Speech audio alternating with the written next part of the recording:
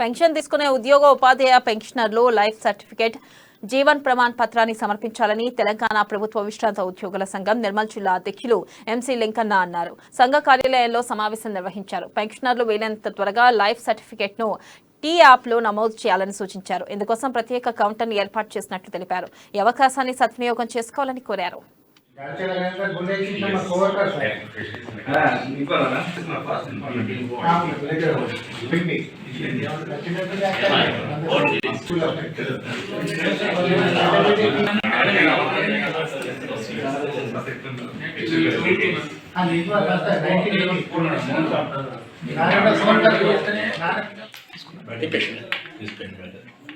మనం ప్రతి సంవత్సరం ఇచ్చే లైఫ్ సర్టిఫికేట్ అంటే బ్రతికున్నట్టుగా ప్రభుత్వానికి సమర్పించే సర్టిఫికేట్ల ప్రక్రియ ప్రారంభమైంది.